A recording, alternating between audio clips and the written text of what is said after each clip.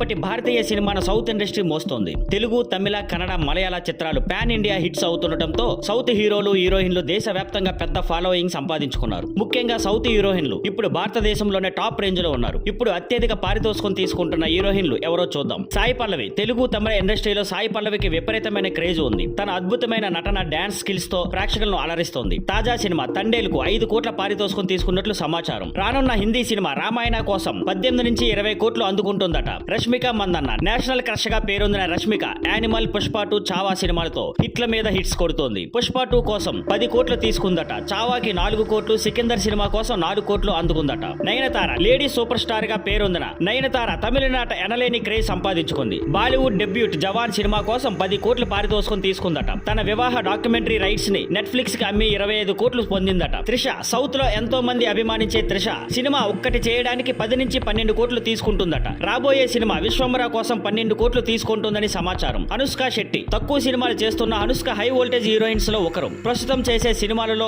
6 కోట్లు తీసుకుంటుందని talk. Baahubali 2 and కాట్నార్ సినిమాలకు 5 కోట్ల పారితోషికం అందుకున్నట్లు సమాచారం. ఇప్పుడు సౌత్ హీరోయిన్ల రెమ్యునరేషన్ బాలీవుడ్ తారల కంటే కూడా ఎక్కువగా ఉందని చెప్పవచ్చు. Thank you for watching. Please like, share and subscribe.